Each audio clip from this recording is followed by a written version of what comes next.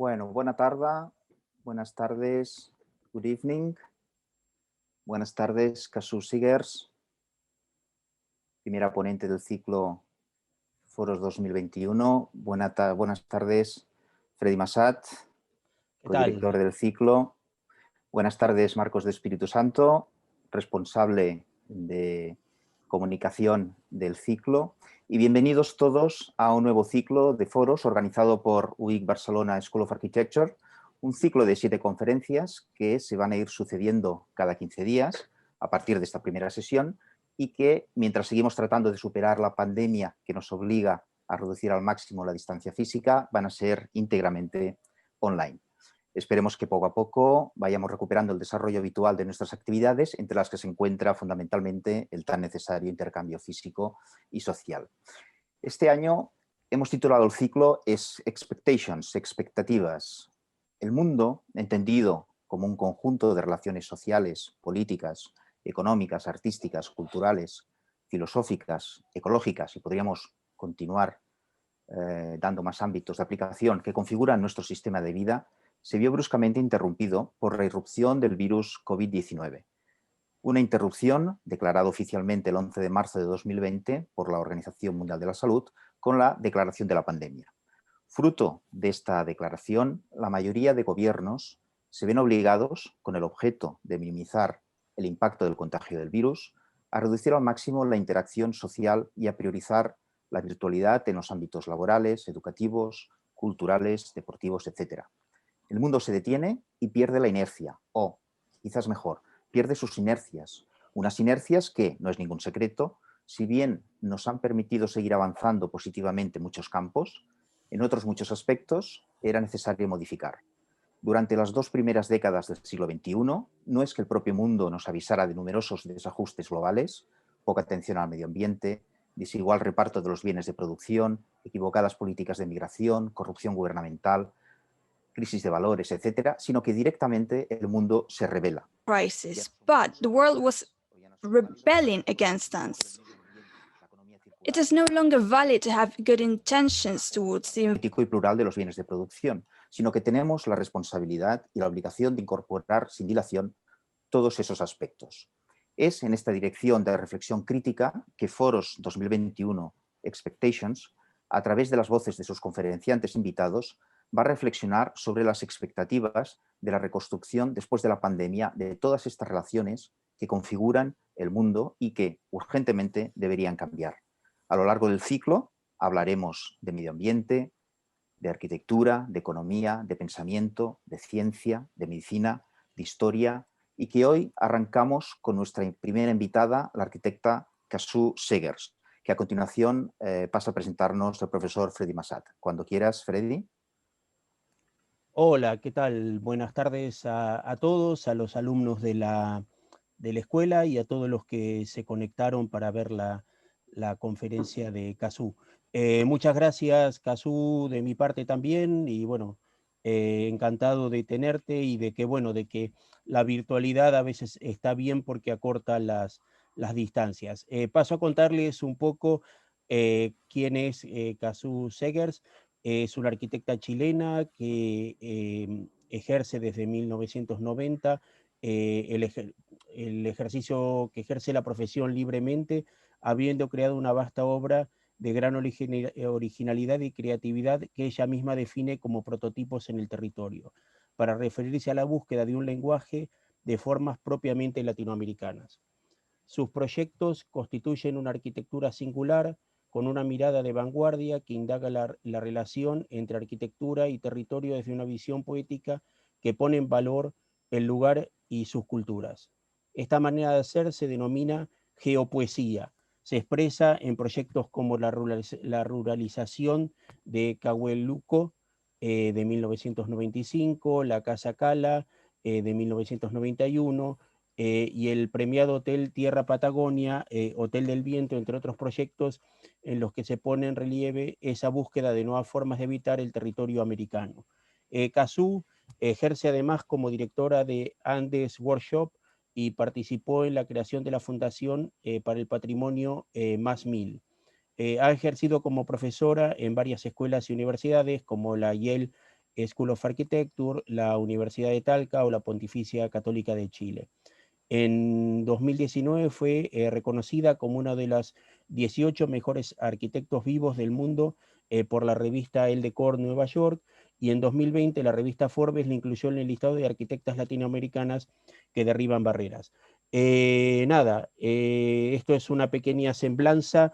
De nuevo, agradecerte mucho, Cazzu, por estar aquí, y bueno, te dejo la palabra para que puedas contarnos tu experiencia y tu obra como arquitecta. Muchas gracias. Bueno, antes que nada, agradecer a todos también por la invitación, Freddy sobre todo y Gillian, y a la universidad. Bueno, mucho que decir desde Latinoamérica, así es que, es muy larga mi presentación, así que creo que vamos directo a esto para ir contando y tener tiempo para preguntas, que creo que es súper interesante. Por favor, no tengan miedo de preguntar y trataremos de responder el máximo, porque ahí aparecen otras cosas. Así que voy a ir a la presentación. Aquí.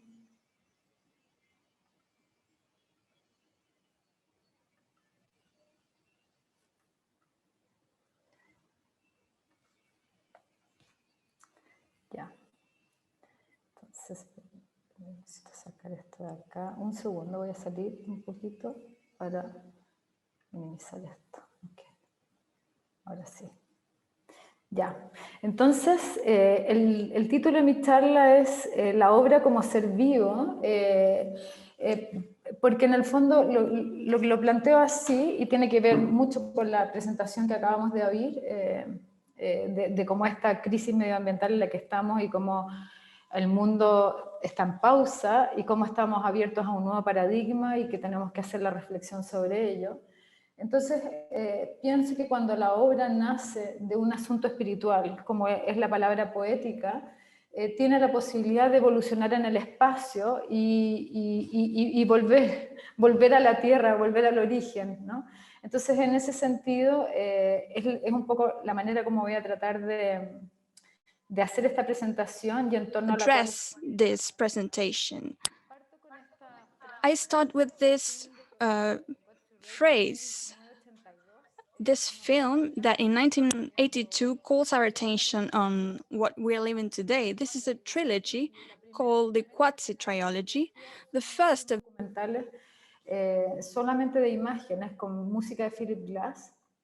Estaba inspirado en esta palabra de lengua Hopi que dice Koyan Karsi, que significa, tiene 5 acepciones que van como en una evolución en el tiempo. Lo primero es vida loca, vida en tumulto, vida fuera de balance, vida desintegrándose. Entonces, como este proceso de aceleración en el que estamos y el momento en que él nos llama la atención sobre esto, todavía estábamos en un mundo que estaba semi-balanceado y se hablaba del cambio climático, pero no era así como una inminencia, ni mucho menos, habían otras urgencias.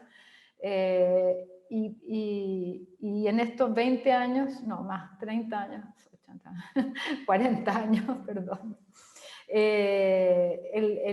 realmente estamos en esta etapa que es este quinto estado, que es un estado de vida que llama una nueva forma de vida.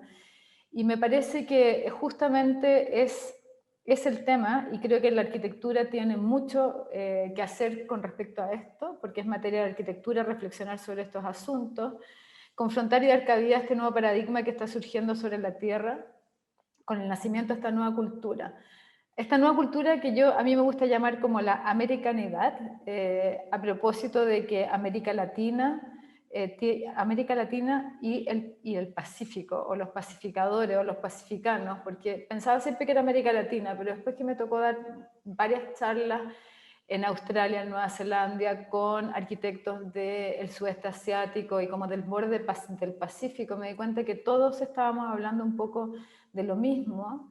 Por lo tanto, como este juego de palabras de los pacificanos o pacificadores como una manera de sugerir que América y el Pacífico tienen algunas claves para el problema. Es evidente que nosotros como especie humana necesitamos reconectar con nuestro origen, volver a la Tierra y comprenderla como sagrada. la especie humana le pertenece a la madre tierra, o sea, somos mamíferos, antes que nada, ¿no? Mamíferos con la capacidad de pensar y la capacidad de abstracción, y en eso también nos separamos de la madre que nos da la vida, y ahora es hora de retornar con conciencia. En consecuencia, no podemos desarrollar la vida separados de ella. Así es que parto como con esta tesis, mi tesis de América parte de la tesis de la escuela que yo estudié, que se llama Mereida, en que ellos plantean que Colón venía a las Indias, que América no había sido descubierta, que hasta ese momento los americanos éramos imitadores de distintas culturas, cada uno con sus tradiciones de origen, pero principalmente no nos habíamos hecho Cultures and traditions, but we were not in charge of that. We were in a new continent upon which they said they needed to construct a culture. So, Cruz del Sur como la estrella que los guía, traslada la cruz al territorio de América y hacen una serie como de llamados a construir esta cultura propia. Entonces, claro, en esa cultura propia yo planteo que América Latina tiene algo que decirle al mundo, se trata de una manera de hacer y pensar con lo que se tiene a la mano. Es una postura de baja tecnología que aprende de los procesos locales y sus técnicas ancestrales, lo que permite habitar casi sin dejar huellas sobre el territorio. Y a mí esto lo llamo habitar en forma ley precaria, y yo pienso que es una postura artística desde Latinoamérica al mundo, o sea, eso es lo que Latinoamérica tiene para ofrecerle al mundo desarrollado, y lo que el mundo desarrollado puede venir a aprender de nosotros. Entonces aquí están las tres Américas, la América de los ríos, la América de las ciudades, que si se fijan está habitada por los bordes, y después la América del hinterland o del vacío, que en ese momento era la gran Amazonía, hoy día también en peligro de extinción, con todos los incendios, con las necesidades de cultivo y con estas asimetrías y pobreza que existen en el planeta, ¿no? Con este modelo de desarrollo que tenemos, que obviamente es como un dromedario, que necesita llegar a su fin y que no quiere morir. Están los últimos estertores. Y un poco en esta charla quiero plantear como algunas posibilidades de cambio. Parto con estas palabras de Sergio Lortegui, naturalista, y del Andes Workshop.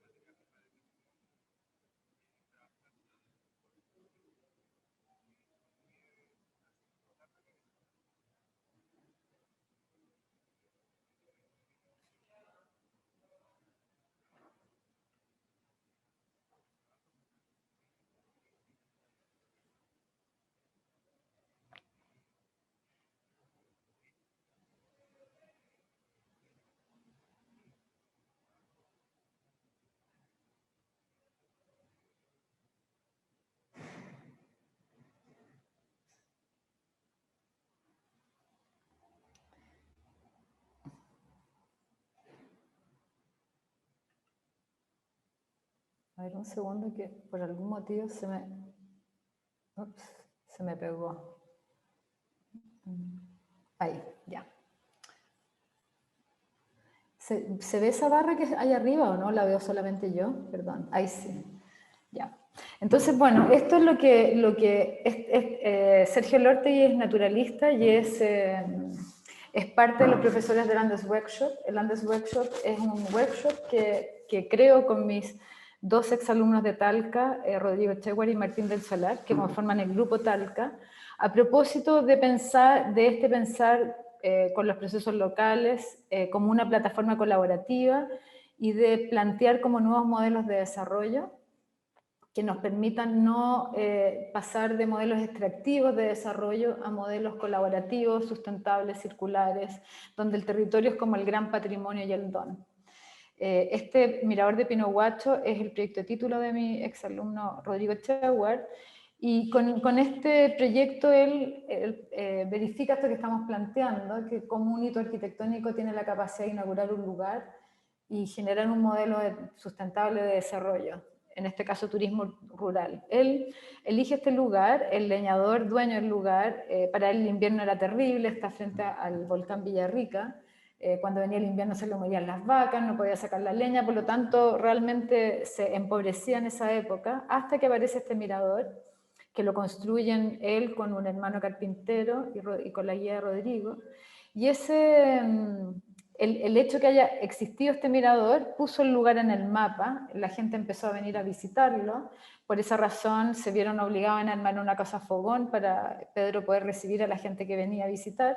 Los hijos que se habían ido volvieron para ser los guías del lugar y hoy día hacen excursiones al volcán Villarrica. De hecho yo hice el año pasado una salida con él en el volcán en esquí de travesía, y entonces empieza con este modelo circular o este ciclo que tenemos como mapa sinérgico que habla de este proceso en que cuando uno junta medio ambiente con comunidad genera educación y protección y activación del espacio privado de uso público en dos grandes áreas. Por un lado está el lado intangible, que es el Andes Workshop, que lo que hace es construir signos territoriales para abrir el territorio a estas nuevas narrativas, porque hay que borrar una manera de hacer para construir una nueva. Es como la hoja en blanco, cómo generamos esta hoja en blanco, y eso aparece todo el tema de los conceptos y las actividades en función de lo que se hace, este nuevo modelo, esta narrativa, y eso después genera lo tangible, que sería el soporte como infraestructura, señalética. En este caso estamos hablando de turismo rural o turismo de interés o ecoturismo, y es básicamente lo que planteamos con Andes Workshop, en que el campo de construcción es el territorio y la activación del territorio. Nuestro primer workshop fueron 6 alumnos, el más extremo fue un danés. Acá están como todos los talleres, estaba dividido en dos partes. Uno eran talleres como de materias, y el otro era la construcción del mirador en el terreno. Entonces tuvieron el taller de cuerpo y espacio, que era con la coreógrafa Francesí, que ustedes la vieron bailando en el video, el taller de la palabra con algún poeta o algún filósofo, en este caso era Claudio Valdés Mujica. Después el taller de campo grabado, que era aprender a dibujar y a cómo desde el espacio del dibujo también generar un espacio arquitectónico. El taller de diseño propiamente tal, y después el taller de la materia, que en este caso fueron con las carpinterías, porque íbamos a trabajar con madera, porque siempre trabajamos con la madera del lugar. Y por último el taller audiovisual, porque hoy día sabemos que una imagen vale 1000 palabras, y entonces todo lo tenemos que hacer comunicándolo en forma visual. Y luego la salida al territorio, habitamos en una ruina que había ahí, fuimos en invierno, ahí está Sergio Lorte haciendo las clases, explicando todo este lugar, que fue lo que vimos en el video, y cómo esto se empezó a armar. Aquí está el equipo de trabajo. Estuvieron casi un mes en este clima, pero la experiencia que tuvieron, ya lo contaba Brenja ahí, fue absolutamente traspasadora, y generamos este guillatún, que es un círculo de madera que nivela el cerro como mirador a los volcanes del lugar. Eso es en verano. Y este muelle que en el fondo enfrenta el volcán Yaima, el Lonquimay, el Tolhuaca, y tiene esta vista en los 5 volcanes para activar este territorio que vive la comunidad pehuenche. Hicimos lo mismo cerca de Santiago, en el contrafuerte cordillerano, con el umbral de la Placeta Negra. Esta vez la materia fue la piedra, y trabajamos con un escultor muy reconocido en Chile, que es Vicente Gajardo. Y nuevamente esto es como una plaza ritual. Santiago y Chile tienen un pasado incaico que nos... Inca past, we were part of the Inca Empire 16,000 years ago. So instead of having 200 years of colonization, we have 16,000 years of culture and heritage and knowledge. So this territorial signs mean to reconnect with that origin. We ask for permission for the Aboriginal peoples because these are sanctuaries for them, and mountains are deities. We go barefoot there, and we ask for permission from the Apus to enter this natural territory means entering a sacred place. We are respectful and we need to re-educate ourselves in this mountain culture. This is in the way to the ski centers and it's very easy access. So this ver con que los arquitectos esencialmente articulamos elementos, ya sea articulamos muros, techos, piso en función de un vacío, como sería una vivienda o una obra arquitectónica, que acá lo voy a ejemplificar con la Casa Cala, que fue mi primera casa y que el 93 ganó el Gran Premio Latinoamericano de Arquitectura en la Bienal de Buenos Aires y que fue el año que se instauró este premio, así que fue así como ¡pum! Un disparo. Y después, o bien, un territorio en función de una visión que genera una narrativa y construye mundo, que es lo que hacemos en la Fundación Más Mil, que es un centro de estudios geopoéticos, y la Fundación Más Mil es una refundación de otra fundación que se llamaba el Observatorio Las Tarrias, que fundé con Miguel Laborde en el 2005, para pensar Chile, con la pregunta ¿qué es Chile?, ¿qué no somos los chilenos? ¿Y qué país queremos construir? Y después viene esta refundación en Más Mil, que es después de que voy a una charla en París, en el Centro de Estudios Geopoéticos Internacional, que nosotros somos parte, fundado por Kenneth White. Y ahí me doy cuenta que estoy enunciando el problema y digo, bueno, hay que comprometerse. Así es que la Fundación Más Mil nace justamente para concretar toda esta reflexión. Y básicamente la reflexión tiene que ver con esto, que es hacia un nuevo paradigma. La obra comprendida ya no más como un contenedor, sino como un sistema de relaciones en el espacio a la cual se le da cabida con la forma arquitectónica material e inmaterial. Y en eso conecto con Wallscapes de Francesco Carreri, no sé si alguno lo ha leído, que habla del andar como práctica estética, y la tesis de él es que la arquitectura nace no del sedentarismo, sino que del nomadismo. Y a partir del nomadismo y de construir estas relaciones en el espacio, que es lo que plantea esta imagen, es que empieza a aparecer el objeto arquitectónico. Bueno, y así es como nace la Fundación Más Mil. Tenemos dos grandes proyectos que están en la capital sur, que es la Ruta Pehuenche, la Araucanía Andina Norte, que es conectar 5 volcanes en 7 días, que tiene que ver con el esquí de travesía y también con el montañismo y el senderismo. Y en Santiago, Santiago Capital Outdoor de Latinoamérica, que es que entender la oportunidad única que hay en el contrafuerte cordillerano. Y después Landes Workshop como esta entidad que abre estos,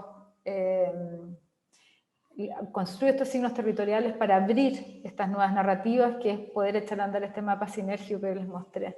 Entonces está la Ruta Pehuenche, este es ascendiendo la Sierra Nevada, al fondo se ve esos dos conos, son el volcán Yaima, y si fuera más ancha la pantalla o la foto, podríamos ver el Lonquimay en el otro lugar.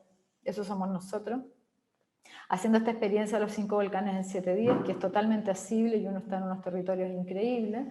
Y lo que busca este proyecto es entender la Araucanía como que tiene todos los atributos para volverse un quinto destino turístico de clase mundial en Chile. Y Chile, yo planteo desde mucho tiempo, y lo plantea Mereida, nuestro gran patrimonio y nuestro gran don es el territorio del paisaje, porque tenemos esta diversidad climática en todo el largo de Chile, que va de Arica hasta Tierra del Fuego y la Antártica, con a lo menos 4.000 kilómetros lineales continentales. Estamos constreñidos entre la cordillera de los Andes y el Océano Pacífico, y entre medio del valle. Por lo tanto, es un territorio de fricción, y es un territorio de transformación, y es un territorio donde tenemos una gran variedad climática, de flora, fauna, y cada río que llega al mar genera un bolsón de identidad cultural. Por lo tanto, es de una riqueza impactante, pero está oculta. Entonces, estos planteamientos tienen que ver con poner al Chile como una gran reserva a la biosfera. Eso es lo que queremos. Pensamos que tenemos todos los atributos para eso, y ser como un reservorio de naturaleza y comunidad y lenguas, como la lengua mapuche, que es todavía una comunidad indígena que conserva su cultura original, su lengua y sus territorios, pero está en peligro de ir desapareciendo porque se va absorbiendo por las otras culturas. Entonces, cuando uno junta sociocultural con la economía en un territorio, lo vuelve vivible, viable y equitativo, sustentable, en función de un visitante. Y esto es un turismo, pero de bajo impacto. porque al final lo que persigue este proyecto es que las culturas indígenas nos enseñan a nosotros lo que es de suyo ser sustentables y cómo tienen toda esta ritualidad y cómo nunca se despegaron de este comprender la tierra como sagrada y que todo tiene un espíritu en la tierra. Nosotros tenemos que aprender de ellos eso y ellos necesitan de nosotros toda nuestra capacidad de abstracción, de generar sistemas, de sistematizar, de hacer eficientes los procesos y en ese matrimonio vamos a poder hacer un desarrollo sustentable y generar el buen vivir del mundo indígena, que es capital y esencial hoy día para nosotros. Y bueno, este proyecto, como explicaba, está conectando esta macro ruta de estos 5 volcanes, está articulado en 3 proyectos detonantes con 3 lugares increíbles. Estamos haciendo un piloto en un lugar de nieve, que es un centro de esquí intercultural manejado por mapuches hoy día, que fue en algún momento tomado por el municipio. Esto es una comunidad que son 8 familias que tienen dividido el territorio así, y esto hay un profesor de esquí nórdico español que entrenó niños pehuenches y hoy día tiene como 2 campeones nacionales, perdón. Entonces FEDESquí vio que se podían armar 2 puntos FIS, 2 carreras de puntos FIS acá de esquí nórdico, que son esos trazados de colores, y eso generaría como una gran afluencia pública. Entonces estamos armando como todo este desarrollo en función de eso para estos niños pehuenches. Esta es una cafetería que construyó el municipio en estas tierras que fueron sacadas, no se sabe muy bien de qué manera, los pehuenches las recuperaron en un comodato, y nosotros planteamos esta ruca contemporánea en esa misma ruina, para generar una cafetería con un loche, alojamiento y poder empezar a armar este proceso. Y por otra parte armamos este ski box, que era para que los niños pehuenchos pudieran entrenar. De todo logramos construir ese ski box, pero humildemente después de 5 años de gestión público-privada compleja, porque por un lado es difícil hacer entender a los pehuenches y por otro lado a los gobiernos también, en que son muy cortoplacistas y no ven esta historia que yo les cuento, no la alcanzan como a ver en su totalidad. Y bueno, siempre que se abren paradigmas, uno es como una voz en el desierto por mucho tiempo hasta que empieza a caer la cosa. Creo que la pandemia en eso nos ayuda. Y de ahí viene esta idea, y es por eso que armo el Andes Workshop. Por eso y porque también encontraba que estábamos enseñando arquitectura, por lo menos en las universidades en Chile. Por un lado que de verdad la arquitectura iba por otro, estábamos como anticuados y como que se necesitaba hacer otra cosa. Entonces de ahí aparece este workshop y armamos este mirador que tenía este doble objetivo. Por un lado el signo territorial, entregarles un regalo a las comunidades de allá para que pudieran entender y probar esto que estábamos planteando y al mismo tiempo asignar el territorio a esta nueva narrativa. Como conclusión aquí está Nancy Meliñir, que es una pehuenche muy power y ella ya entendió como mujer, ¿no es cierto?, que van de alguna manera tienen como una visión de conjunto. Atrás está Pep Samper, que es este profesor de esquí nórdico español. Y estoy yo aquí en una de las ceremonias que es la ceremonia del Año Nuevo Mapuche, que se llama el Huetripantu, y como conclusión es necesario el trabajo a pequeña escala con las comunidades quienes saben cómo cuidar de la tierra, y es parte de su cultura el ser sustentable. Un proyecto contemporáneo debe estar fundado tanto en el territorio como en sus habitantes para ser sustentable y ser un real aporte a la construcción de una sociedad más justa y equilibrada. Y esta proyección a futuro nosotros pensamos que se puede hacer a lo largo de toda la cordillera de los Andes, porque en realidad no hay un corte geográfico, sino que más bien geopolítico. Y hoy día estamos trabajando con 124 comunidades indígenas del Cauca colombiano, que es en la selva colombiana donde los Andes se separan en 2, haciendo exactamente esto mismo que hicimos acá, pero ya pudiéndolo aplicar porque el Cauca están organizados, era toda la zona de la guerrilla y de la droga, han recuperado muchos territorios, así que es muy interesante y finalmente me parece que realmente esto es algo que Latinoamérica tiene para aportarle al mundo. Me quedo con este poema de Lionel Dielaf, poeta mapuche, que dice: se ha despertado el ave de mi corazón, extendió sus alas y se llevó mis sueños para abrazar la tierra. Y lo que quiere decir es que cuando uno in my dreams to embrace the earth and the land. This means that when you connect with your heart, you open your wings to embrace the land with newfound eyes, and never losing faith that these things can be achieved.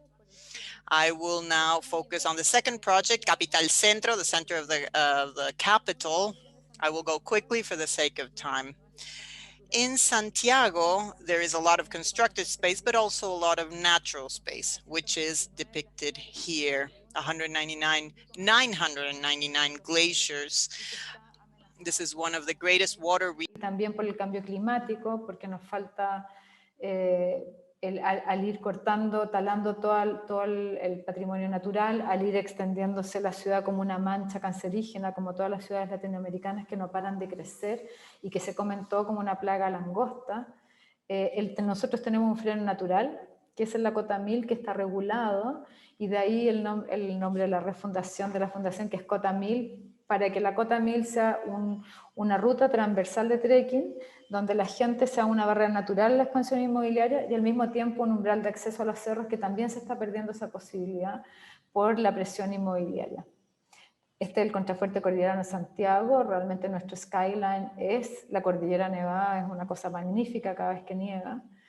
Y este es como algunos estudios como de la cobertura vegetal, cómo la vamos perdiendo, y el mapa socioeconómico y la recomendación de la OSM de 9 metros cuadrados por habitante para poder tener una vida saludable. En Santiago tenemos 4 porque no hemos incorporado el contrafuerte cordillerano, pero al incorporarlo esas cifras cambian radicalmente. Y por otro lado permite esta protección del patrimonio natural, que nos permite tener un ciclo saludable, ecosistémico, para mantener las lluvias, que hoy día llevamos como 9 años de sequía, y estamos en un peligro de desertificarnos en Santiago, justamente por este mal uso del lugar. Deberíamos tener corredores biológicos dentro de la ciudad, tener desarrollos más como en bolsones, y estar siempre como rodeados de flora y de fauna natural, que los aves y los animales puedan circular. Ahí está la transversal. Por la Cota 1000 ya se puede ver que hay muchos lugares donde ya se pasó, porque se empieza por la presión inmobiliaria, se abre como área de expansión ecológica y se puede construir culto y deporte y educación. Eso finalmente es una pequeña colonización que va a ir colonizando, entonces de ahí nuestra estrategia. Y también porque a través de la Cota 1000 pasa un encuentro tectónica de placas que se llama la falla de San Andrés, y en algún momento esa falla va a ser un terremoto. Resulta que la mayor parte de las clínicas están allá arriba, y esos terremotos son unos terremotos muy rápidos y muy violentos, y vuelcan los edificios desde los cimientos. Por lo tanto, va a quedar la escoba en Santiago si no tomamos esta conciencia. Ahí está la transversal con todos los municipios que tienen contrafuerte cordillerano, y estamos haciendo esta analogía con el camino de Santiago-Compostela, Santiago de Chile, y que cuando va atravesando cada municipio el tramo, va cambiando su señalética, y así también cada municipio se hace cargo de su tramo. Y después, como para idear esta totalidad, construimos esta transversal, después una circunvalación que va por Piedemonte. Todas estas son rutas que son existentes, son rutas de arrieros y de vaquianos, que han hecho un uso transhumante de la montaña entre Chile y Argentina, y nosotros lo estamos haciendo aparecer. Y después tenemos 3 rutas que van desde la Plaza de Armas, Plaza Fundacional, y que debajo de ella hay una Plaza Inca, hasta el Cerro El Plomo, que como expliqué era perdón, esto está fuera de lugar, era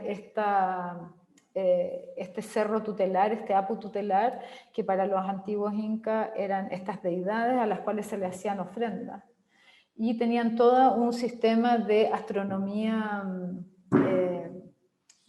ritual que tenía que ver con los ejes de solsticios y equinoccios, y en invierno y en verano, y que tenían puntos sagrados en cada uno de los grandes cerros alrededor de Santiago.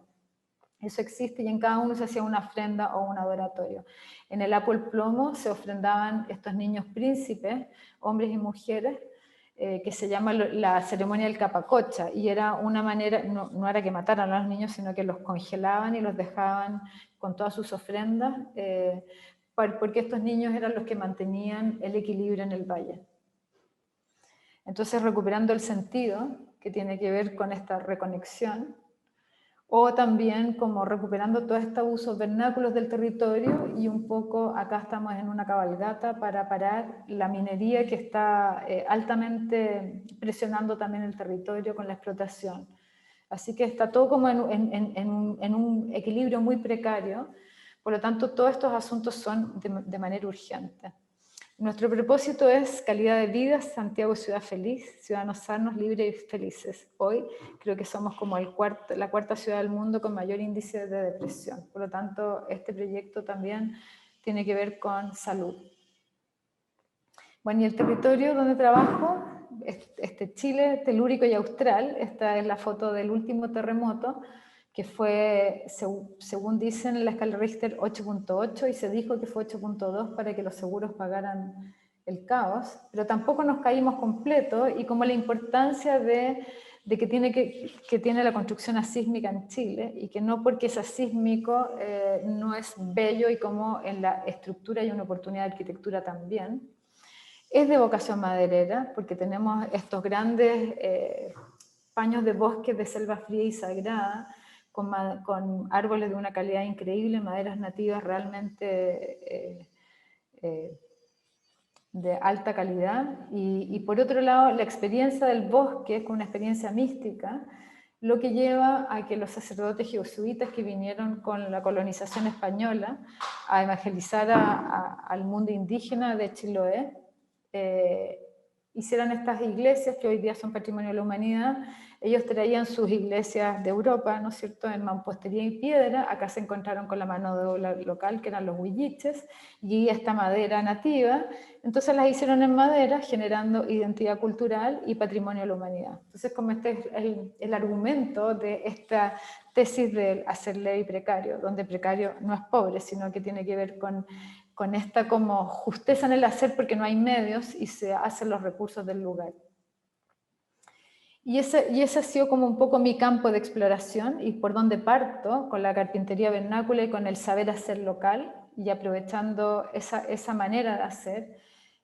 Un poco mi proceso arquitectónico, esto que llamamos geopoética, tiene que ver con que en el territorio, y es el dibujo ese de arriba, que es la Plaza Rombo, que es una cifra en el paisaje. Cuando uno está en un territorio desconocido y no tiene orientación, y no, era antes del GPS esto, uno porta la ubicación en el cuerpo, y uno establece relaciones espaciales desde el propio cuerpo. Entonces, en esas relaciones espaciales y al observar el territorio, aparece siempre algún elemento del lugar que habla de la condición del lugar, o la condición poética del lugar. Eso sería el logos. Entonces, cuando uno cruza la palabra, que es como la primera materia, con el territorio, genera un gesto signo, que es igual que un embrión de humano o animal o lo que sea, que tiene toda la potencialidad para desplegarse en el espacio. Entonces sería la arquitectura viva, y eso sería lo geopoético, donde poesis en griego significa pasar del no ser al ser. Es decir, cuando yo nombro, le otorgo ser a las cosas.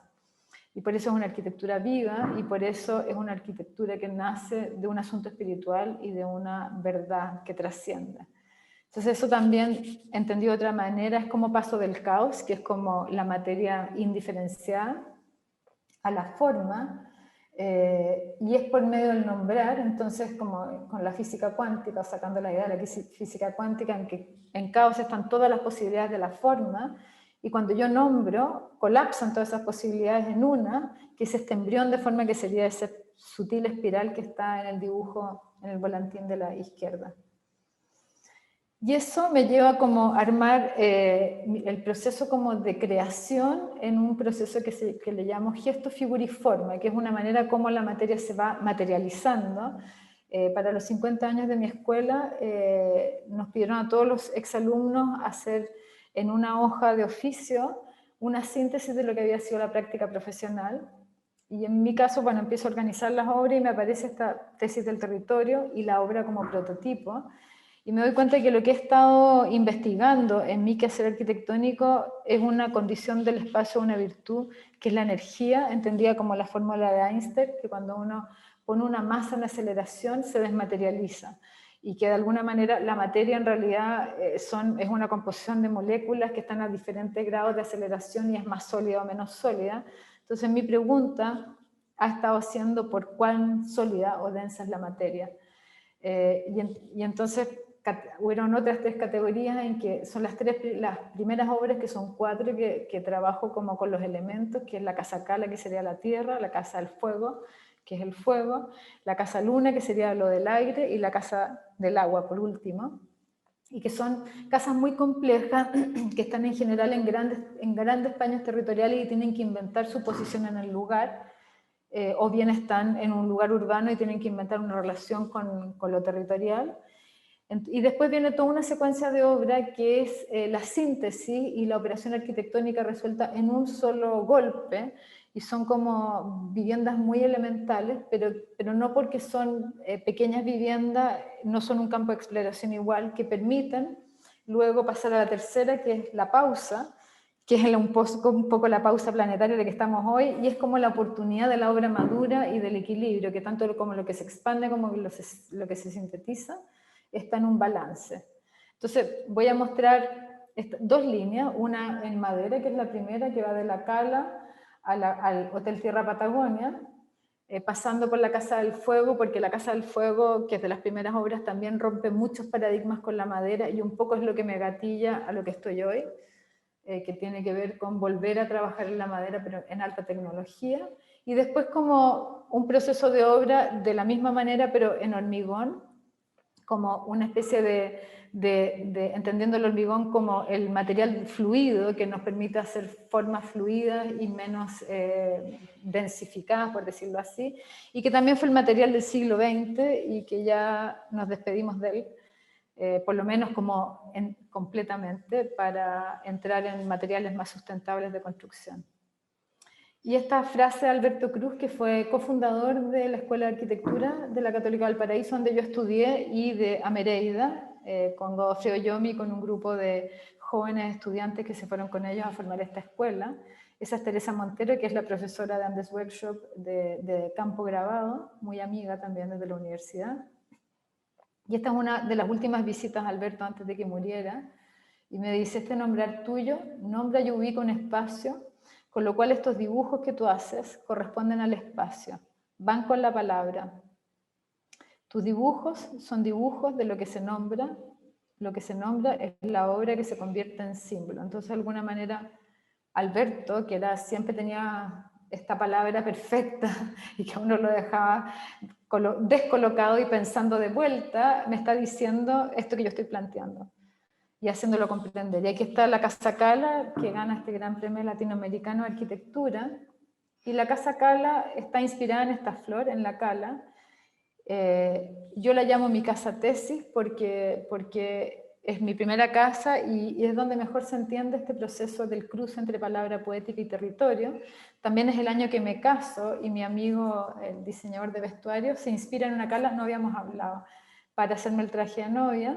Voy con calas, y la Casa Cala, que la construye mi exmarido. Y aquí está. Entonces, de alguna manera es como la casa para la arquitectura para la obra y la vida, o la cala para la obra y la vida. En la línea izquierda están todos los estudios de la cala, y en la derecha los estudios del territorio. Parto estudiando el territorio. Como dije, este es un campo de 30 hectáreas frente a un lago en el sur de Chile, en la región de los lagos, y ahí estoy viendo, tengo que inventar posición en el lugar, y finalmente la posición que encuentro es justo una cima de un cerro, donde el cerro cambia de curvatura, porque hacia adelante tenía el lago, lo abisal, y hacia la espalda tenía las montañas o las colinas, como la espalda en serenidad, y los volcanes. Entonces quería tener como una vista en 360 grados, no perderme nada, pero también habían estas 2 maneras de hacer. Entonces decido que voy a poner una línea donde justo en el punto bisectriz del cambio de curvatura, para un señor que va a ir caminando y mirando indistintamente a un lado o al otro, y que va a hacer un recorrido en espiral. El dibujo de más a la derecha, donde aparecen esos círculos, son los gritos de los pájaros en el lugar, que unos eran agudos, entonces daban distancia, y otros graves, que daban profundidad. Entonces digo, quiero tener esta misma espacialidad dentro de la casa. Y bueno, estaba en un escritorio y buscando como lo que gatille la creación. Tenía este ramo de calas ahí, me pongo a dibujar y me doy cuenta que la cala es una línea recta por excelencia, que va del suelo que la nutre al sol que la alimenta. y está la tensión que se produce en ese movimiento que se curva. Entonces me aparece que las curvas son rectas con velocidad y que ya, como les explicaba, era el tema que me interesaba en la arquitectura. No me interesaba una arquitectura gravitacional ni pesante, no me interesaba una arquitectura que durara y se convirtiera en una ruina, sino que unos objetos con caducidad que pudieran volver a la tierra de donde salieron. Y empieza como todo este estudio de la cala, me doy cuenta que crece en espiral, el centro de gravedad, que se abre como hacia la luz, que se envuelve en capas, que la nueva plástica están en la lección de la naturaleza, y traslado todos esos conceptos al espacio, entonces la forma de recorrerlas en espiral, pero al mismo tiempo están estas formas vernáculas en el sur de Chile, que son estos galpones o casas de madera hechas por la colonización alemana, que venía de la Westfalia y que eran grandes carpinteros y generan estos volúmenes. Y eso es como muy icónico, por lo tanto lo que hago es tomar uno de estos galpones y despiezarlo para entender cómo se compone el espacio y lo apiezo o lo reconstruyo con los elementos de la contemporaneidad, como los requerimientos del programa, ventilación, iluminación, vistas, etc. Entonces las habitaciones se giran hacia el norte, y lo que hago es como cuestionar los puntos de articulación, que es lo que decía al principio, ¿no? Que los arquitectos articulamos ya sea muros, pisos y techos, o territorios. Así que aquí fueron muros, pisos y techos en función de un vacío, que es lo que hace aparecer la cala. Ese año nace mi hija Clara y es la que nos va a ir contando un poco la línea de tiempo de esta presentación. Ahí está la espalda en serenidad, entonces por atrás la casa o por el acceso son muros curvos que dialogan con el espacio, y todas estas como fragmentaciones se amarran con las cubiertas que también a su vez están articuladas, y todas esas articulaciones o dilataciones le meten luz al espacio. Ahí está la fachada principal hacia el lago y la casa en la cima del cerro, y como es este gesto ascendente hacia la luz. Mi ex marido inventa este lenguaje que es usar la estructura en forma aserreada o bruta, y yo le pongo como acentos de carpintería tecnificada y cepillada, y se construye un diálogo como de arquitectura en madera contemporánea, que yo diría que es lo que se usa hoy en el sur de Chile, o en Chile en general, y que permite que estas obras, que son muy contemporáneas, al mismo tiempo queden como ligadas al lugar. Ahí está el puente con la separación de los techos y como este gran vacío que venía como de los pájaros. Y de ahí pasó que es esta Casa del Fuego, que es este lodge familiar que se me encarga más o menos en el mismo tiempo, como del 95. Y lo que hago acá pienso, bueno, un lodge familiar, el clan se reunía en torno al fuego, de ahí viene la ruca, por lo tanto pienso como en esto, y por otro lado el lugar donde se hace la casa se llama Carrán, que significa 7 volcanes, es decir, la presencia del fuego estaba muy fuerte ahí. Entonces me inspiro en la galaxia espiral, la empiezo a estudiar porque de nuevo me interesaba esta bola de fuego surcando el espacio, y acá el desafío era que la casa se tenía que expandir en temporada de verano para recibir a todos los integrantes de la familia, del clan familiar, o bien poder ir una sola persona en invierno. Entonces construye este cilindro central, que es un elemento vertical, donde están como los dormitorios principales, para el uso de una persona en invierno, que se mantiene el calor, es fácil de temperar, y uno no está como en el gran caserón, y después la casa se despliega hacia el verano y se abre en el verano, y se construye con 2 cuerpos arquitectónicos. El principal es donde está la primera y segunda generación, y en el otro la tercera generación, que hoy día creció, por lo tanto tuvo un agregado que se los explico después. Acá está el proceso constructivo, que es con carpinterías ligeras o entramado ligero, de la manera de hacer tradicional, y este es el resultado. Me gusta mostrar esto porque rompí muchos paradigmas, y esto lo hace la palabra poética, porque es la palabra poética la que me lleva a hacer este dibujo, y a obligar o a provocar la madera a este límite, que es que primero que nada todo el mundo decía la madera no se puede curvar, aquí está curva, Y no es que hubo que hacer un tratamiento especial, simplemente porque no se trabaja con madera completamente seca, va cediendo en la medida que se clava y después que se seca queda con la forma. Y también que sin aleros la madera se maltrata mucho, lo cual es real, pero por otro lado, con todos los imprimantes que existen hoy día, la madera se protege y se cuida, y esta casa ya tiene 25 años y estas fotos son de antes, pero vamos a ver unas actuales un poquito después. Esto le llamo la vela, que es un pasillo que conecta los dos cuerpos arquitectónicos. Este es el cilindro central. Las escaleras para mí son siempre una oportunidad de escultura, así que siempre van a haber unas escaleras muy escultóricas, generando como conversación dentro del espacio, y este centro centrípeto que se despliega. El acceso y el lugar de los fuegos, y como este espacio comunitario, familiar. Lo mismo, también acá tengo como una cercha para lograr no tener apoyo en esta luz, que no me acuerdo en este minuto cuánto tenía, hubo que poner unas vigas de acero bastante gruesas que bajaban del techo, entonces hice el techo ondular, y uno de los cañones de la chimenea es un pilar, pero queda camuflado y parece que esto estuviera todo flotando. La manera como se circula para ir a las habitaciones de familiares, en que también se tiene una cierta independencia, se puede entrar desde el exterior. La de la izquierda es el cilindro principal, la de la derecha es el cuerpo de tercera generación. Y estas lucarnas que van abriendo como la dimensión vertical de la casa,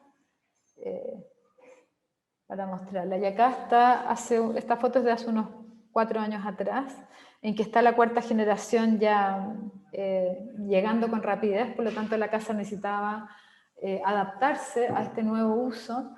Me gusta esta foto porque habla de esta cosa vernácula, este es el camión de la basura, con los bueyes, y al mismo tiempo esta arquitectura hipercontemporánea. Entonces les muestro el estudio de la galaxia espiral, o Whirlpool, y cómo cuando se fusionan o se conectan dos galaxias generan un hijito, que es una nueva galaxia, y eso es un poco lo que hago con la casa, en que si se fijan en la parte de la izquierda, ese cilindro de la izquierda con ese espacio de tierra arriba, es la nueva galaxia, y generamos una cocina como para el lodge, y este es un espacio como un quincho, que es al aire libre, pero techado, porque llueve mucho, pero en temporada de verano se puede estar mucho afuera, por lo tanto, hoy día es un lugar de reunión comunitaria de todo este territorio, que va mucha gente ahí. Se hacen festivales de la canción, todo tipo de encuentros, y además de eso generé un segundo nivel con los techos, que conectan como con la casa, con el parque de atrás, y con otra casa, que es la casa Yu, que la vamos a ver al final, de otro integrante de la familia acá. Entonces como que se generan distintos estratos a partir de una manera de ir tomando el territorio. Entonces esa es la galaxia frente al lago Ranco en este caso, o sea el lago Maihue, otro lago en el sur de Chile, y como estas terrazas al mismo tiempo van generando aleros de protección a la madera, generando espacios secos y la posibilidad, dándole más posibilidades al espacio interior. Lo interesante es que la casa era suficientemente contemporánea como para actualizarse, ¿no? Y pasar como de una arquitectura de los años 90 a una arquitectura contemporánea, donde también se meten principios de eficiencia y de sustentabilidad, como por ejemplo el uso de la energía con bombas de calor y con sistemas pasivos también. Esta es la cocina del lot y algunos elementos desde el interior. Y ahí paso como a otro proyecto que tiene que ver con un proyecto territorial en territorios donde está fuertemente la presencia de la cultura mapuche, y cómo la palabra o el hablar nace de nuestro habitar. Entonces el lenguaje y medio ambiente, las lenguas duras con paisajes duros y las lenguas dulces con paisajes dulces, por lo tanto nuevamente la palabra como esta primera materia. Y este lugar es un campo de 1000 hectáreas a los pies del volcán Villarrica, donde está fuerte presencia de comunidad mapuche, pehuenche. Por lo tanto, me parece importante como mostrar su lengua y su hablar y su cultura. Acá está contando el cantor la manera como las mujeres le pedían al espíritu del barro que les diera la tintura para sus mantas.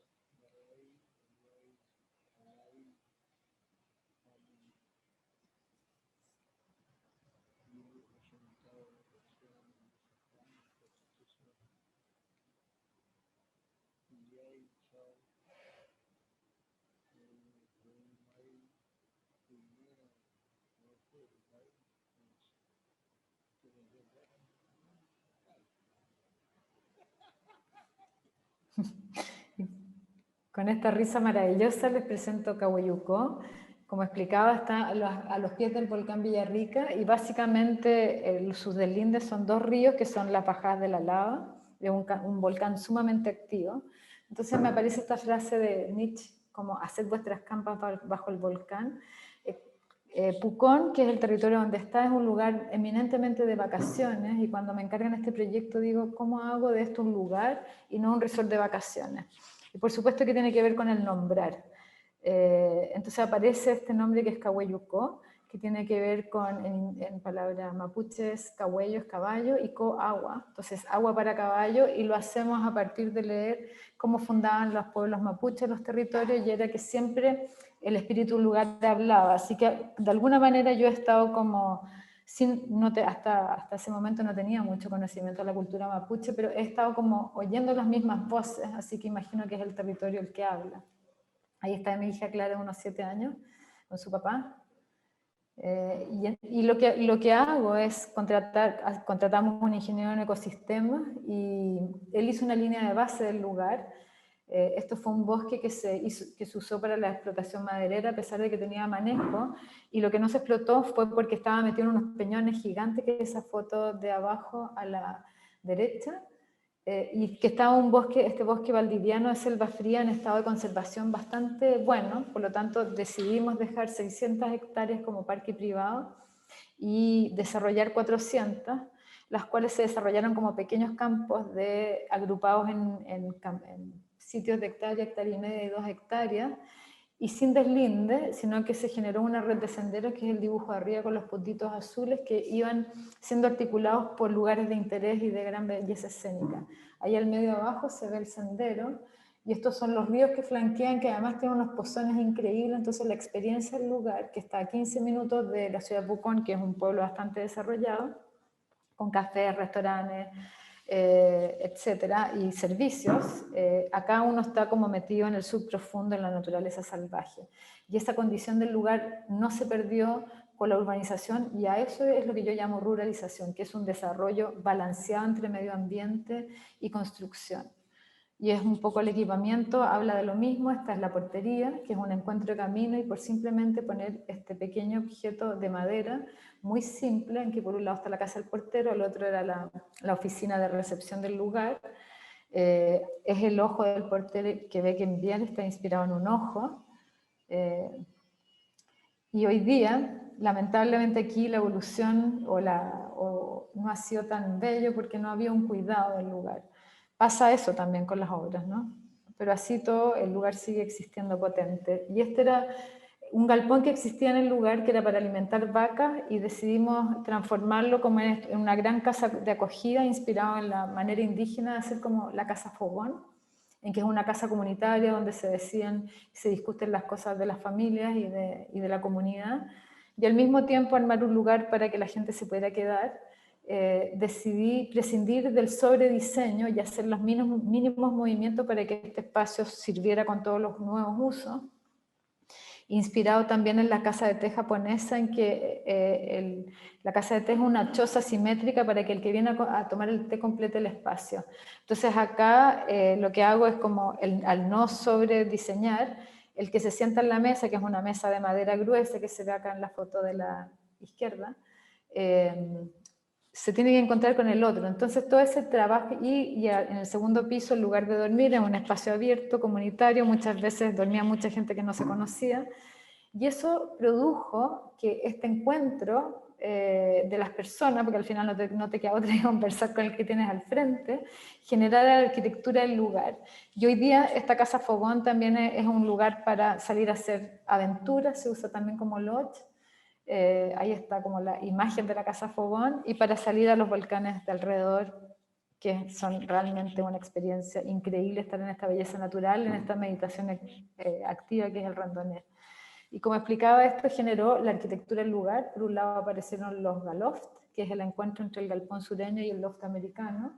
Y por otra parte, esto que llamo las unidades de conquista, en que son la unidad mínima para conquistar un territorio. No es una carpa, no es una casa, es un estado intermedio. Son de muy bajo presupuesto, resueltas en una operación arquitectónica. Voy a mostrar ahora la casa granero, porque Philip Jodidio la eligió como la casa del Forest Runaway en su casa moderna del Latin American Living del 2019, y me pareció interesante porque al final la casa granero está inspirada como en ese gesto que como uno dibuja una casa de niños. ¿Cuál es la casa? Es como la unidad primaria de protección. Entonces la protección es este manto de madera al cual se le pone este alero que el objetivo era que se cerrara la casa, y después se arma este muro que genera una chiflonera, por lo tanto cuida la temperatura en el interior de la casa. Uno entra a este espacio comunitario, arriba un espacio de dormir, y el dormitorio principal un poco más privado,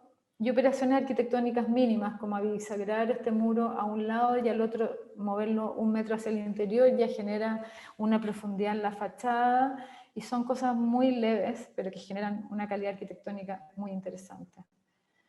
Y bueno, y con eso puedo explicar el Tierra Patagonia, que es cuando llega la oportunidad a la gran escala.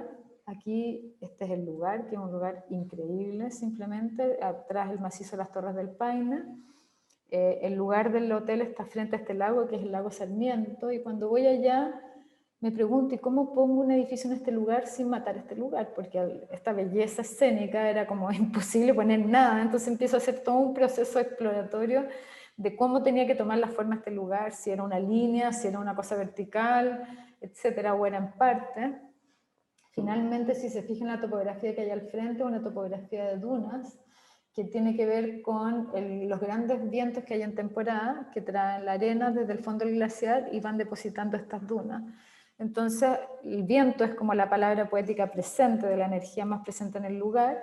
Entonces, Hotel del Viento, que finalmente decido que el hotel va a ser una forma más de esta topografía. Ese es un render del proyecto. Y un poco el proceso constructivo, finalmente el edificio es una especie de ala o de fuselaje que le hace frente al viento y se vuelve a meter, nace de la tierra y se vuelve a meter. También él usa principios aerodinámicos para generar una zona eddy en el acceso al hotel, cosa que en temporada que hay ventos de 120 km/h, que son octubre y noviembre, el pasajero puede entrar sin volarse, y la gente mayor realmente se puede volar, entonces es un problema. Y la otra cosa es que yo pienso que el hotel es como el corazón de un cuerpo en libertad sobre el territorio, que son esos dibujos de ahí, porque uno va a este lugar a vivir esta experiencia territorial y quiere volver a un edificio que lo proteja, pero al mismo tiempo lo conecte con el medio ambiente. Entonces planteo como una fina piel. El edificio está entero resuelto en la cubierta, y la cubierta se resuelve con diseño paramétrico. Por cierto, uno de mis alumnos de Talca se metió en eso. y pudimos resolver cada una de las cerchas, que son todas distintas porque varía tanto en planta como en elevación, a través de la doble curvatura. Se construyen todas una a una y se montan una a uno con 5 operarios más un pequeño brazo hidráulico. Y finalmente el proceso constructivo y esta cercha leve y precaria, que es lo que da como toda la experiencia del habitar adentro. Ya el edificio construido y su relación con el lugar y la postal, yo siempre me imaginé como una especie de fósil varado a orillas del lago Sarmiento, uno de estos fósiles con los cuales Darwin desarrolló su teoría de la evolución de las especies, o bien un palo de madera que varó del lago. Cuando hicimos los heridos para las fundaciones, levantamos toda la vegetación del lugar, se colocó en un invernadero para que cuando estuviera listo el hotel, todos los taludes de tierra se plantaran y el hotel quedara completamente integrado en el lugar. Se decidió no protegerlo, apostando a secadores de lana antiguos, de donde se sacó como la mayor parte de los trabajos de carpintería, para que la madera envejeciera y se pusiera gris. Así el interior sale al exterior en la noche a través de la luz y genera esta como foto de gran calidez frente a este macizo imponente. La fachada hacia el lago, como expliqué, gran parte de las carpinterías y los tratamientos de la fachada nacen de construcciones tradicionales de la zona que tienen que ver con colonizaciones inglesas y los secadores de lana de oveja porque eran terratenientes de ovejería. Este es el acceso que uno entra como bajando un poquito, la zona EDI que se produce con el edificio, y este pasillo que conecta con el área pública y las habitaciones. El hotel se vive en 2 horarios, uno es de mañana al desayuno, antes de salir a las excursiones, y después de noche, cuando se llega al final del día y se va al bar y se come y se cuenta la experiencia, que hay una mirada hacia el pasillo de entrada, los muros de atrás donde están todos los servicios, administración y cocina. Y este pasillo que están estas canoas cahuéscar, que están hablando de los pueblos originarios del lugar, que eran canoeros, y estas canoas están hechas por un cahuéscar, uno de los últimos, quedan como 5, a su manera tradicional, que es un tronco ahuecado que se quema para volverlo impermeable. Ahí hacían toda la vida ellos. Tenían sus hijos, hacían el fuego, navegaban. Y por último, el lugar de los fuegos y el lugar de reunión, el lugar de comer, el bar en el centro, y esta es la sala de mapas. El mapa de ahí es todo el territorio que se visita, está hecho por la artista Claudia Peña, y ahí se organizan las excursiones todos los días. Aquí vamos hacia las habitaciones, el edificio está tensionado entre la zona de spa y esta área pública, o entre 2 áreas públicas, y entre medio de las 40 habitaciones. Acá se generó una biblioteca con un lugar de lectura un poco más privado. Originalmente había pensado que esto fuera un patio y cuando estábamos construyendo me di cuenta que eso iba a ser un bolsón de aire. Por lo tanto, moví la misma ventana hacia afuera, generando estos 2 espacios que fueron un gran regalo al edificio.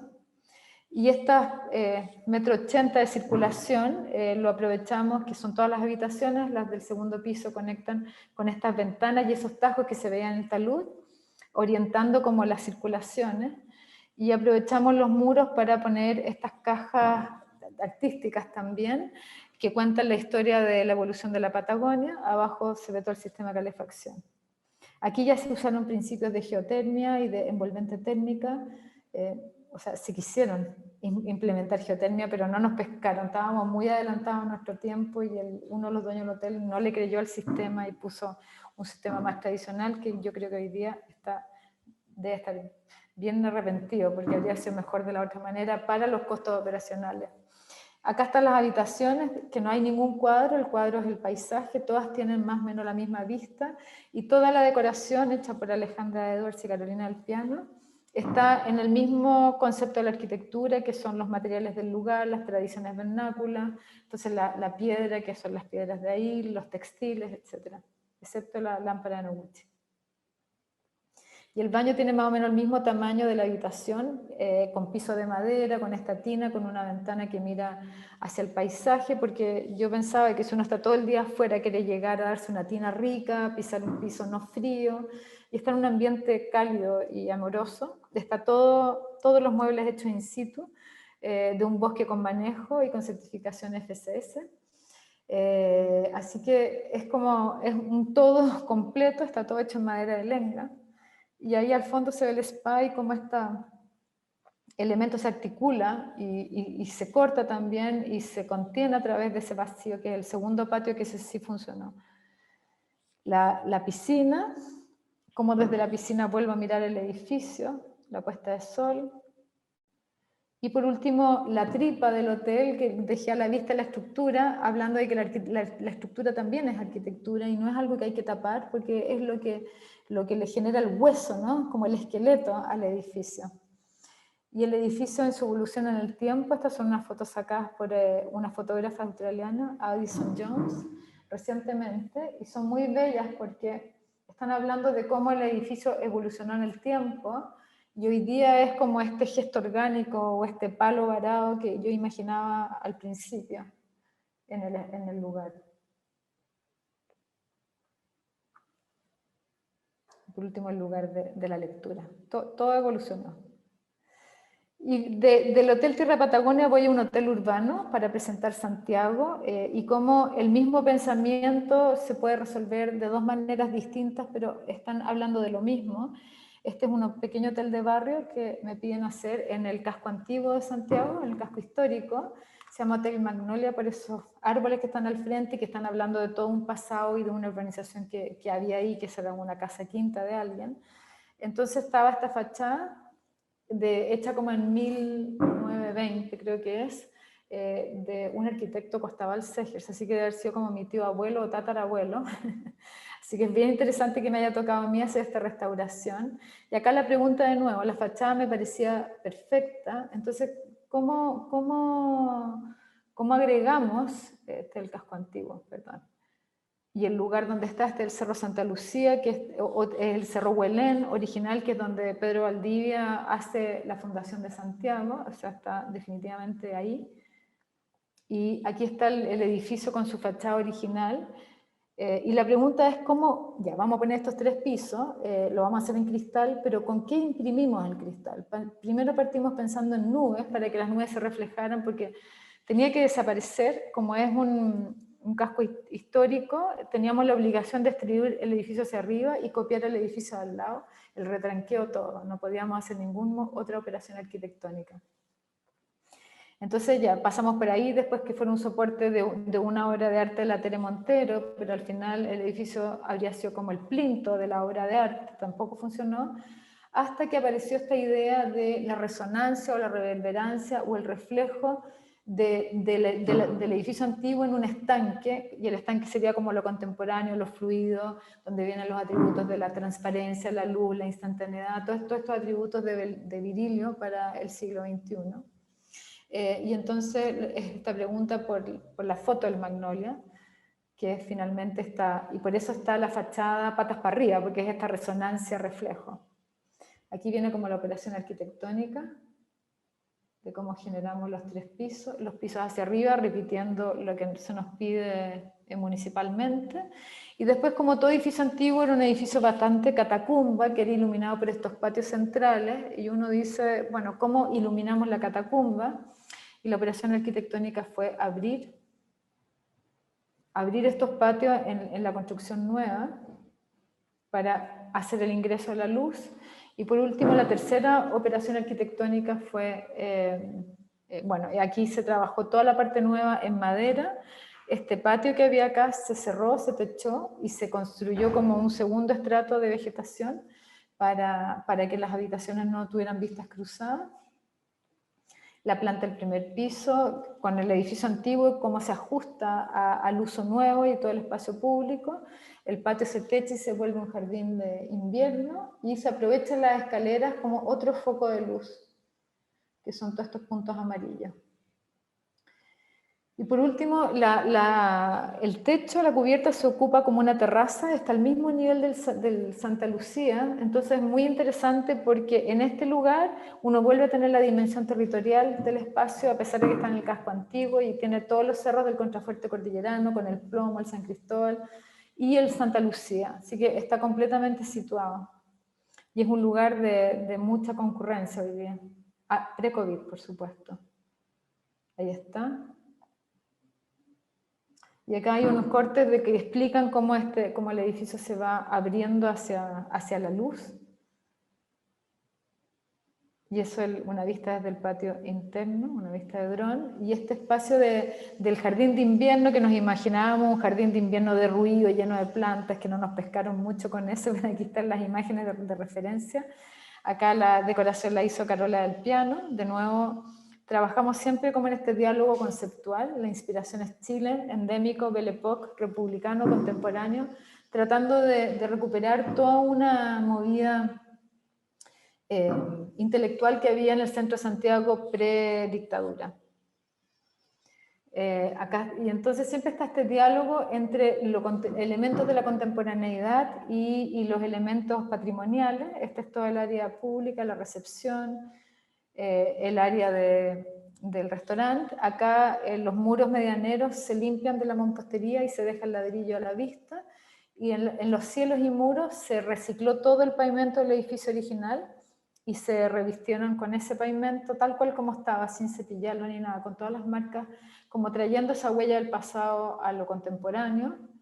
Lo mismo se hace con todos los amenities del lugar, la recepción, estas lámparas de floss, que también es de diseño contemporáneo, pero tomado desde una tradición.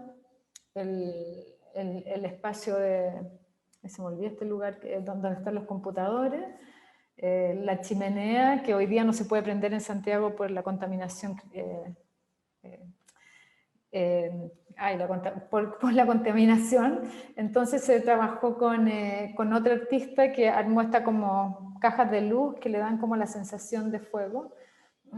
Y por último, este patio central se llevó la lucana hasta arriba y es lo que te echa en la terraza al 7º piso y que permite hacer aparecer toda esta dimensión. Se llevó la foto de la arquitectura hacia el interior. Estos son los baños de las piezas de hotel. Se ganó una pieza más a través de poner un puente arriba. Y esta es la vista de este patio, que es realmente fascinante. Y las escaleras, que la idea era que fuera una fina lámina plegada. Por una cosa estructural no se puede hacer tan fina, pero igual funciona. Y los pasillos, que eran bastante catacumbescos, los nuevos se hacen transparentes para que la luz siempre esté pasando. O esta escalera patrimonial en que se pone esa luz como una luna al final. Ahí está la escalera hacia el otro lado. Y la arquitectura que cierra los patios para ganar esos espacios a las habitaciones. Por ejemplo, aquí está el baño en que la habitación se prolonga al espacio y no quedan tan ceñidas. Habían habitaciones muy pequeñas. Entonces se hace todo un invento como con la manera de armarla. Hay 15 o 16 topologías de habitaciones para que el espacio se vuelva bastante infinito. Y se toman miles de estrategias, como por ejemplo este dosel que sitúa la cama y el escritorio con el lugar del café, y el baño al lado que se pone una cortina. Entonces uno se siente en un espacio que no tiene como un límite muy claro. Se trabajan los doseles con imágenes de Guy, que es el primer naturalista que llega a Chile y dibuja toda la flora y la fauna. Esta es otra habitación en que el acceso y el closet dividen el lugar de dormir del lugar del baño, y sale una terraza. O este que es un poquito... es este mismo que estaba mostrando. O este que está, el respaldo de la cama es también atrás el lavamanos y el escritorio, y la ducha y el excusado están un poco más atrás, entonces de nuevo vuelven a generar espacialidad. Todas las habitaciones nuevas se forran enteras en madera de eucalipto, como una especie de caja de habano. Y por último la cosa tradicional, y acá lo lindo es que mi hija Clara, ya como diseñadora, recién recibida, le encargan la imagen, toda la imagen corporativa del hotel, y hacen un trabajo muy lindo desde el logotipo en adelante, así que vuelve a estar presente. Y de ahí me paso a esta línea de hormigón, en que voy a presentar estas 3 obras, bastante rápido porque al final las presento las 3 porque cada una, la primera que es como la de apertura, va siendo como un discurso para la que viene. Y no se resuelve todo en una, sino que cada una va tomando cosas, aprendizaje de la anterior. Entonces parto con La Luna, que es una casa unifamiliar para un poeta, y el poeta quería escribir la poesía mirando la rompiente de la ola. Está en la playa Cachagua, en Chile, en la zona central, y la única manera de hacer eso era poner el escritorio de la poesía a 9 metros de altura. Es un poeta y abogado, porque por eso se puede construir la casa. Creo que como poeta había sido difícil, pero finalmente es más poeta que abogado. Y aquí está el momento en que logran estos maestros, esto sí fue hecho súper artesanalmente, en que se logra llegar a los 9 metros, y como desde estos 9 metros se despliega este gesto y después se dilata. Entonces es sumamente complejo. Aquí hubiera necesitado diseño paramétrico que en ese momento no existía, y para resolverlo. Entonces no quedó tan perfectamente hecha, pero sí mucho aprendizaje de eso. Y como este eje que va atravesando las capas, que son estos deshojes que se producen de este primer gesto que desde arriba baja para generar todas las partes del programa. Y el tratamiento del interior es este hormigón, pero como con esta cosa más vernácula o clásica, como la chimenea frente a la ventana, o estas maderas que arman el techo, que son maderas de roble, que vienen del Fundo de Carrán, donde mostré las primeras casas, la Casa del Fuego. Y este es el lugar para llegar al lugar de la poesía, en que el dueño de casa también me pidió que fuera como un laberinto, como muy medieval. Creo que eso se logró con este proyecto. Y de ahí paso a una segunda casa que me encargan en otro sector, pero también de costa. Y yo digo, fue tan compleja la primera que digo, mi próxima casa va a ser un 0. Y fue literal el 0, porque esto es una costa una costa familiar donde hay muchas familias, y cada hermano se había hecho una tipología distinta de casa. Una casa de tronco, una casa de piedra, una casa como de años 60. Entonces digo, ya voy a hacer la quinta casa, no quiero ser la quinta ópera prima, y como tratando de decir, acá estoy, soy distinta, mírenme, sino que quiero que desaparezca un poco. Acá la palabra poética llega con el I Ching, que el I Ching habla del pozo, y nosotros también estábamos pensando en hacer como un pozo, como un estanque, finalmente que la casa fuera un estanque de agua, a la cual se le circunscribe un rectángulo, que es el rectángulo de habitar. El pozo hablaba de una división, entonces este muro, que es el estacionamiento, que es el puente de acceso a la casa, y separa el área pública de la privada, que ahí se ven en las plantas, y está esta escalera porque el techo se aprovecha también como una terraza con un hot tub. El dueño de casa quería hacer teletrabajo, muy anticipado al tiempo, porque esta es una casa como del 2000 exactamente.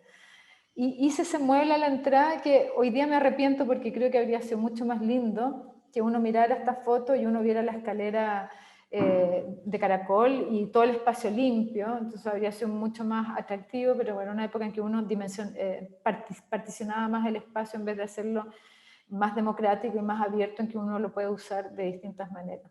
Son como las evoluciones del ser vivo, ¿no? Y por último, el espacio de abajo, el rectángulo no llega a los bordes, y de ahí se producen las escaleras o los patios de luz. La escalera va por allá atrás y se llega con lucarna.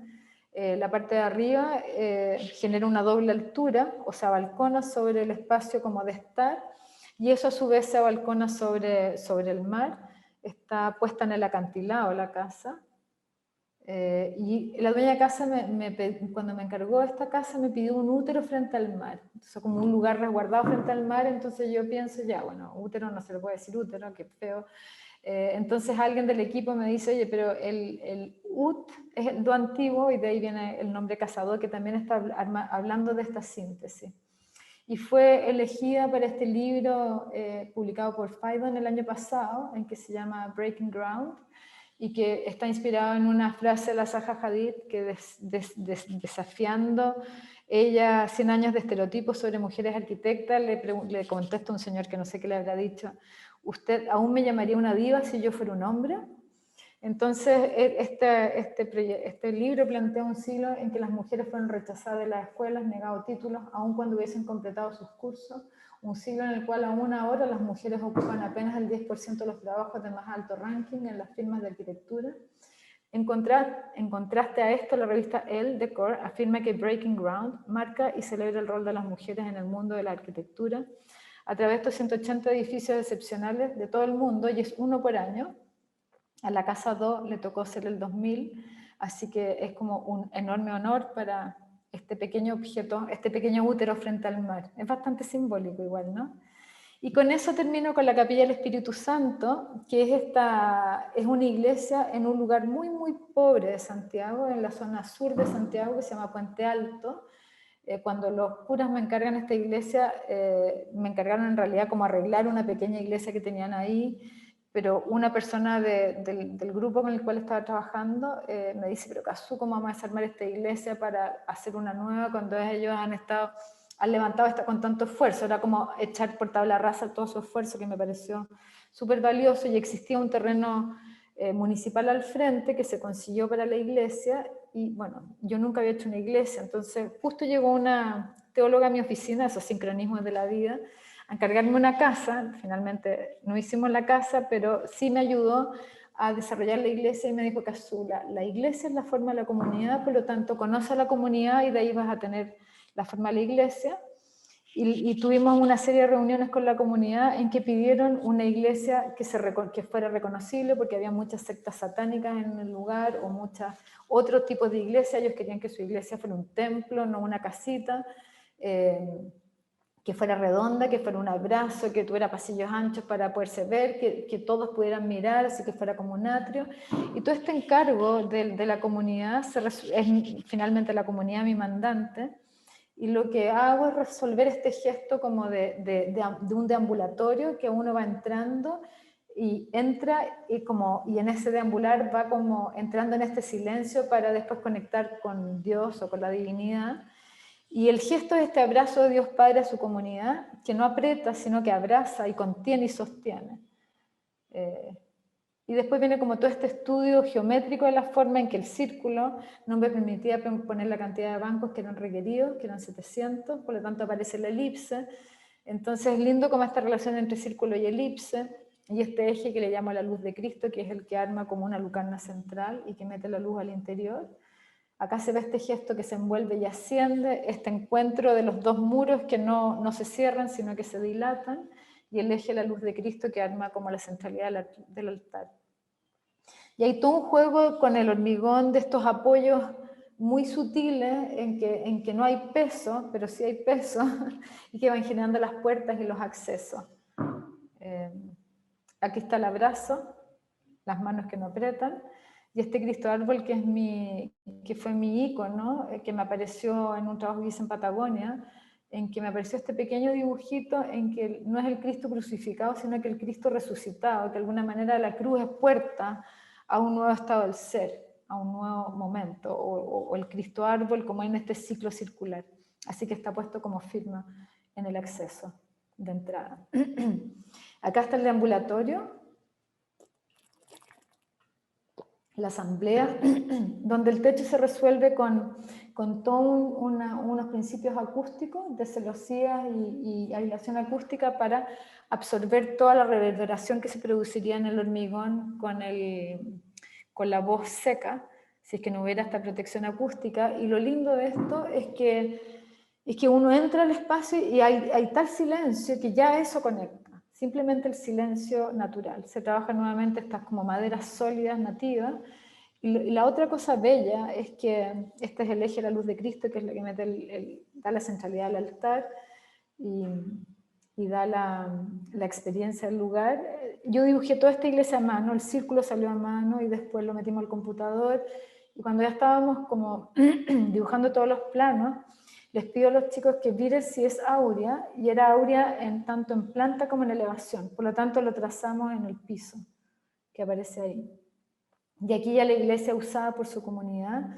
Y lo lindo, otra cosa bella de esta cuestión es cómo la iglesia se vuelve en lugares así, hecha sin escatimar recursos. El arzobispado de Santiago estaba súper opuesto a hacer este gran templo, porque esto era una capilla. Decían en lugares pobres, iglesias pobres. Y nosotros dijimos, no, tiene que ser una iglesia en lugares pobres, espacios comunitarios de calidad. Y hay un testimonio de unas chicas universitarias en que dijeron que antes de la iglesia tenían el techo de la pobreza encima y que decían, ¿para qué vamos a estudiar? ¿Para qué nos vamos a forzar si no tenemos ninguna oportunidad? Y cuando apareció la iglesia le pidieron permiso al cura para poder estudiar adentro de la iglesia porque las casas son pequeñas, llenos de niños, etc. Y ellas contaban que le daban besos a las paredes, porque cuando apareció la iglesia sintieron que había una posibilidad, y entonces decidieron estudiar, terminar sus colegios, tratar de educarse y salir como de ese estigma de la pobreza. Así que, y también la comunidad muy viva, mientras estuvieron estos sacerdotes ahí, para ellos el lugar... And with the priests, the priests found it like a miracle place. La cantidad de cosas que les habían pasado simplemente por haber hecho un templo en este acto de amor y generosidad de una serie de personas.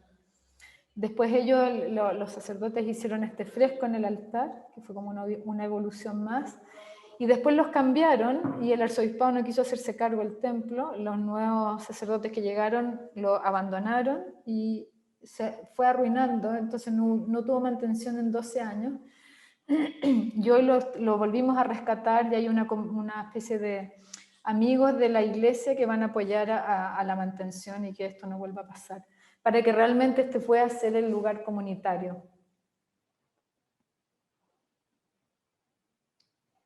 Y por último, en la comunidad en pleno. Y para ir terminando, voy a mostrar una última obra y después un video, en que aquí hay un cambio de paradigma grande, y termino con la obra de hormigón, porque la última obra de hormigón pura y dura, diría yo, fue mi casa, que no la voy a mostrar ahora, pero esta casa que se llama la Casa Soplo, de alguna manera me abre como una nueva manera de entender el espacio, que tiene que ver con armar espacios más democráticos, en que es una casa que es como una especie de pabellón frente al paisaje, y el soplo es lo que insufla la vida, la materia inerte, y entonces decido no llegar con los muros al borde para abrir el paisaje, y todo ese aprendizaje del soplo, que es nuevamente un prototipo, me permite hacer la casa de mi madre. Estas son 3 casas, la casa de mi hermano, la de la derecha, la mía y la de mi madre arriba, que se llama Casa Esmeralda por el color de ojos de ella. Y entonces la casa de mi madre es como la obra madura, sería la obra en pausa a partir del soplo. Y esta casa empiezo a trabajar de vuelta con la madera, pero ya la madera en zonas urbanas, y también como una cosa como en madera tecnificada con todos los principios de eficiencia térmica energética, porque hoy día la industria de la construcción genera un 40% CO2 en la atmósfera, entonces no podemos seguir construyendo y diseñando como lo estábamos haciendo. Es necesario cambiar la manera que hacemos las cosas, y personalmente quiero volver a la madera como en un 100% en estructura. Por supuesto que siempre van a haber situaciones híbridas como esta casa, pero ir poco a poco a la madera. Hay mucha tendencia, Alex de Riske, que es un arquitecto inglés, ha dicho que la madera es el material del siglo XXI, como lo fue el hormigón al XX, el acero al XIX, la piedra, el ladrillo al XVIII y la piedra al XVII. Entonces, cada época tiene su materialidad, y esta casa está hablando de eso. Está inspirada como en una planta romana que le genera ventilación y luz, ventilación pasiva, y como expliqué, ningún muro llega a los bordes, generando unos espacios democráticos que se abren y cierran correderas y se pueden usar de muchas maneras. Mi madre, cuando me encarga esta casa, tenía 78 años, y alguien me dijo que la gente mayor necesita como mantener sus espacios. Por lo tanto, fui al departamento que vivía, levanté todos los muebles y diseñé los espacios en función de lo que ella tenía. Entonces nace un poco como de su manera de habitar. Y después estudiamos el cristal de la esmeralda y su crecimiento poliedros platónicos, y cómo esto llegamos al icosaedro, al vacío del icosaedro, y eso habla de que el patio central romano equilibrado se gire a lo contemporáneo y se volumetrice. Entonces la casa parte desde la cubierta volumetrizada, que es esta, y esa establece como su relación territorial, y la casa sucede debajo. Y esto de levantarlo en un bosque de pilares tiene que ver con que está en una pendiente. Santiago tiene un clima mediterráneo, se puede usar mucho el espacio de abajo, y por otro lado también para dar cabida a la familia. Somos 44 personas los integrantes del grupo familiar, como buenos latinos. Por lo tanto, tenía que poder vivir mi madre sola y poder recibir a la familia y la casa expandirse. Entonces sucede en este debajo. Ahí está el proceso constructivo, son los pilares y una losa de hormigón, después pies derechos en acero y por último la cubierta hecha entera en madera. Este es el espacio de abajo, el debajo y cómo queda el territorio enmarcado, apareciendo la esmeralda y su relación territorial con el lugar y el contrafuerte cordillerano Santiago. Por último, mi hija Clara, mostrando, ya, la Clara después hizo un máster en actuación y hoy día es actriz y productora. Tiene una empresa que se llama Clara Films, que el último film lo vamos a ver hecho por ella. Y acá ella mostrando la casa de su abuela y estos dos patios que se gira, el patio como de planta romana y después cómo se gira la contemporaneidad, el debajo, la escalera de nuevo como el argumento de la escultura. Y esta manera de usar la estructura que es arquitectura también, ¿no? O sea, está trasladando todas las fuerzas al suelo, pero al mismo tiempo es un objeto bello y deja esta cajita como una cosa completamente suspendida y genera todo este espacio debajo. El jardín está hecho por Tere Moller, que es una gran paisajista chilena, muy amiga y que de nuevo queda todo en el mismo diálogo, generando espacios muy íntimos. Y generando, la casa también genera estos dos espacios como un departamento y al mismo tiempo la casa que se abre en un jardín. La manera de llegar. Y por último, un pequeño video, este es hecho por Pablo Casals, de este patio, de estos dos patios, este patio girado con el patio de planta romana.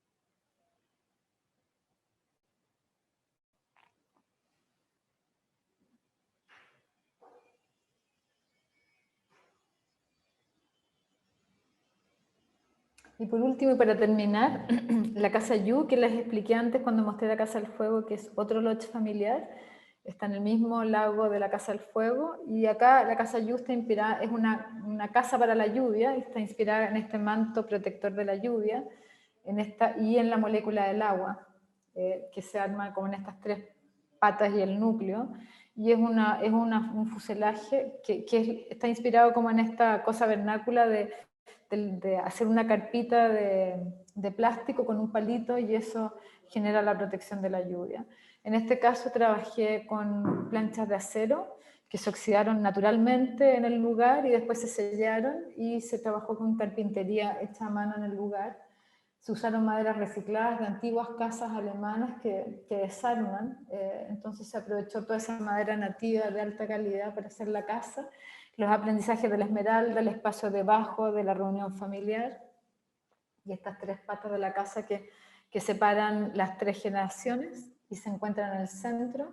También la casa está, uno de los integrantes de la familia tiene una enfermedad degenerativa, entonces era necesario hacerla en un solo piso, era un terreno con pendiente, por lo tanto se aprovecha como estos pilares para nivelar el piso. Y los dejo con este film de Clara Films, que se llama Naturaleza Muerta.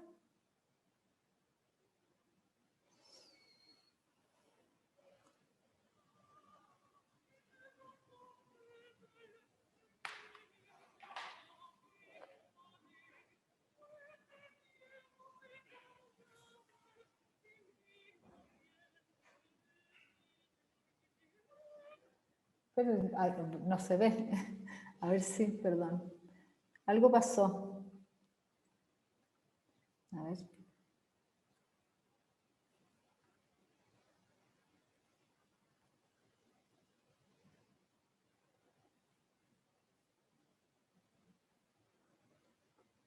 No se ve la imagen, qué pena. No sé por qué.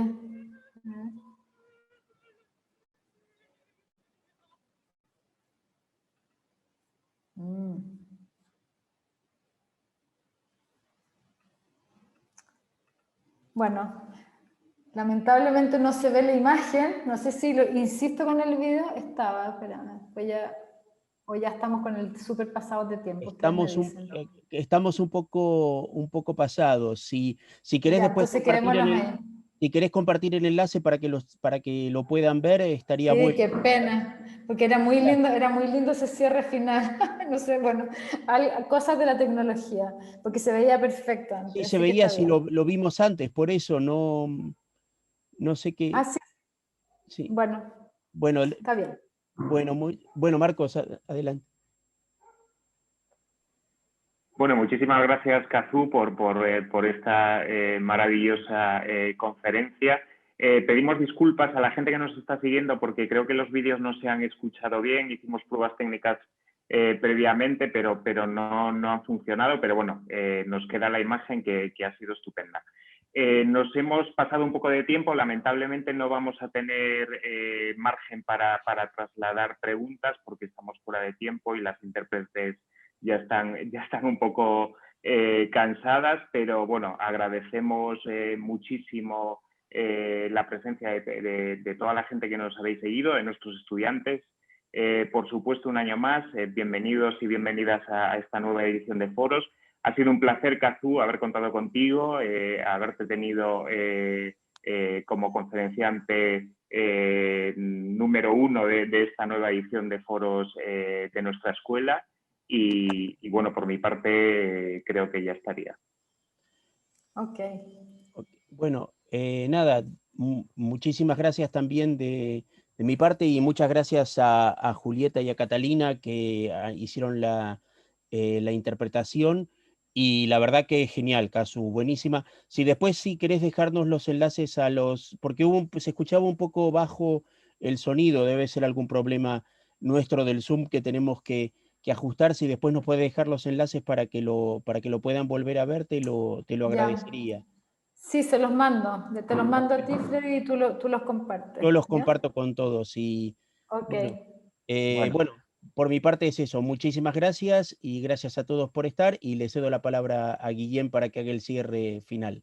Gracias, Freddy. Muchísimas gracias, Kazú. Gracias a Marcos de Espíritu Santo, aunque nos hayamos quedado sin tiempo para esas preguntas. Pues muchísimas gracias, Kazú, por recordarnos cómo la poética, el territorio y la escultura también tienen su espacio entre el rigor, la función y la especificidad arquitectónica. Bien, pues despedimos esta primera sesión del ciclo Foros 2021. Muchas gracias a todos y a todas por haber participado y por habernos visionado. Y os recordamos que el próximo miércoles 10 de febrero, de aquí a 15 días, tendremos la segunda sesión del ciclo Foros 2021 Expectations con el profesor Santiago Niño Becerra. Os esperamos a todos y muchísimas gracias por haber asistido. Muchas gracias a todos.